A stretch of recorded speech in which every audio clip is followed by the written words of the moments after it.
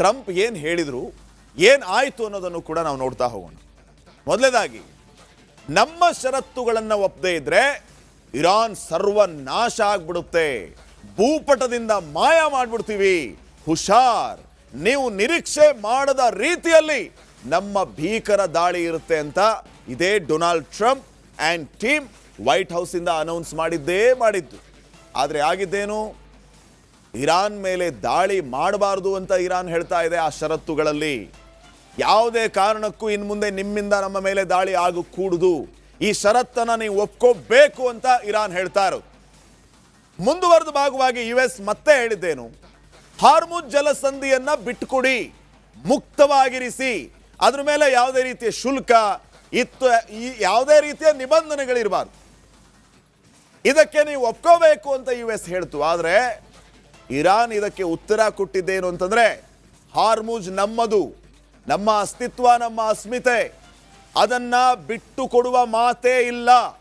ಹಾರ್ಮುಜಲ್ಲಿ ಏನಾಗಬೇಕು ಏನಾಗಬಾರ್ದು ಅನ್ನೋದನ್ನ ಡಿಸೈಡ್ ನಾವು ಮಾಡ್ತೀವಿ, ನೀವಲ್ಲ ಅಂತ ನೇರವಾಗಿ ಕೊಟ್ಟಿದ್ದು ಎಚ್ಚರಿಕೆಯನ್ನ. ಮತ್ತೊಂದು ಕಡೆ ಹಾರ್ಮುಜ್ಗಾಗಿ ನಮ್ಮ ಹೋರಾಟ ನಿರಂತರವಾಗಿರುತ್ತೆ ಅಂತ ಅಮೆರಿಕ ಹೇಳ್ತು.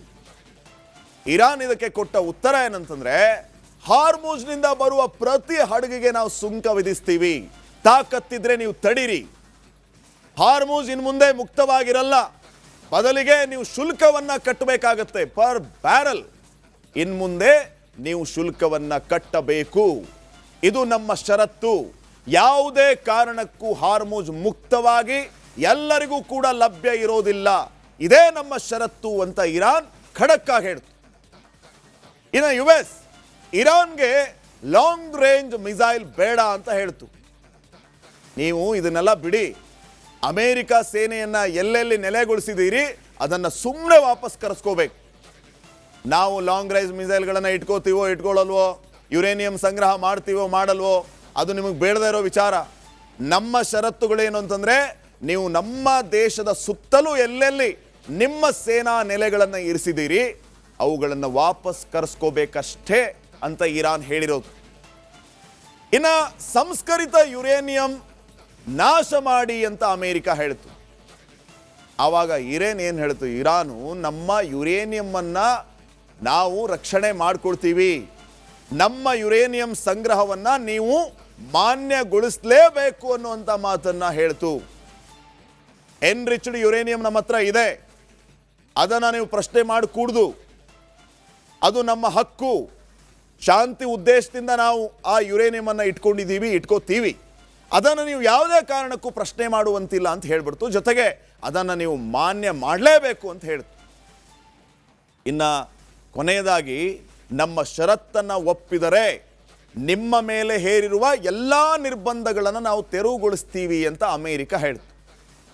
ನಾವು ನಿಮ್ಮ ಷರತ್ತುಗಳನ್ನು ಒಪ್ಪುವ ಪ್ರಶ್ನೆಯೇ ಬರಲ್ಲ, ನಾವು ನಿಮ್ಮ ಷರತ್ತುಗಳನ್ನು ಒಪ್ಪಲ್ಲ, ಆದರೂ ಕೂಡ ನೀವು ನಿರ್ಬಂಧಗಳನ್ನು ತೆರವುಗೊಳಿಸಲೇಬೇಕು ಅಂತ ಹೇಳಿ ಮರು ಷರತ್ತನ್ನು ಇರಾನ್ ಅಮೆರಿಕಾದ ಮೇಲೆ ಹೇರಿದೆ. ಈಗ ನೀವು ಟ್ಯಾರಿಫ್ಸ್ನ ತೆಗಿತೀವಿ, ನಿರ್ಬಂಧಗಳನ್ನು ತೆರಿತೀವಿ, ಎಲ್ಲವನ್ನ ಓಪನ್, ಅದೆಲ್ಲ ಇಲ್ವೇ ಇಲ್ಲ.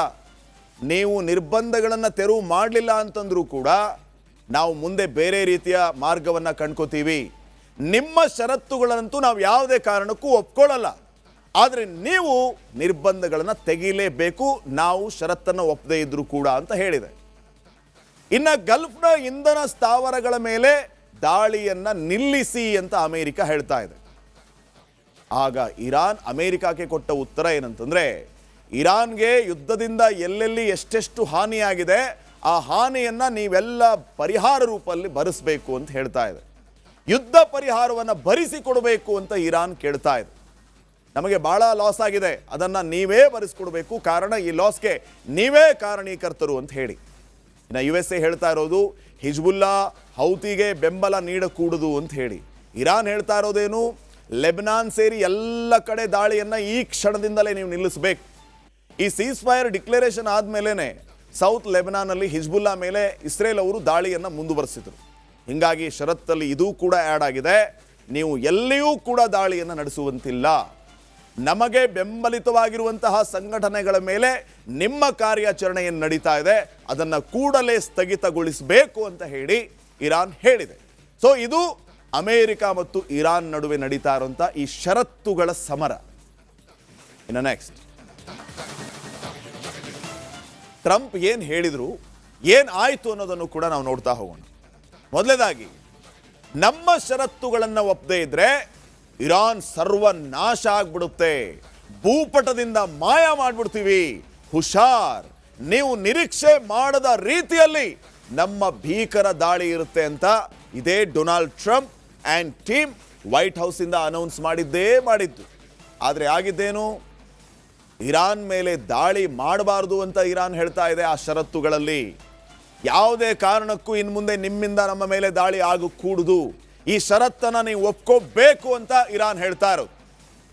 ಮುಂದುವರೆದ ಭಾಗವಾಗಿ US ಮತ್ತೆ ಹೇಳಿದ್ದೇನು, ಹಾರ್ಮುಜ್ ಜಲಸಂಧಿಯನ್ನ ಬಿಟ್ಟುಕೊಡಿ, ಮುಕ್ತವಾಗಿರಿಸಿ, ಅದ್ರ ಮೇಲೆ ಯಾವುದೇ ರೀತಿಯ ಶುಲ್ಕ ಯಾವುದೇ ರೀತಿಯ ನಿಬಂಧನೆಗಳಿರಬಾರ್ದು, ಇದಕ್ಕೆ ನೀವು ಒಪ್ಕೋಬೇಕು ಅಂತ US ಹೇಳ್ತು. ಆದರೆ ಇರಾನ್ ಇದಕ್ಕೆ ಉತ್ತರ ಕೊಟ್ಟಿದ್ದೇನು ಅಂತಂದ್ರೆ, ಹಾರ್ಮುಜ್ ನಮ್ಮದು, ನಮ್ಮ ಅಸ್ತಿತ್ವ, ನಮ್ಮ ಅಸ್ಮಿತೆ, ಅದನ್ನ ಬಿಟ್ಟು ಕೊಡುವ ಮಾತೇ ಇಲ್ಲ.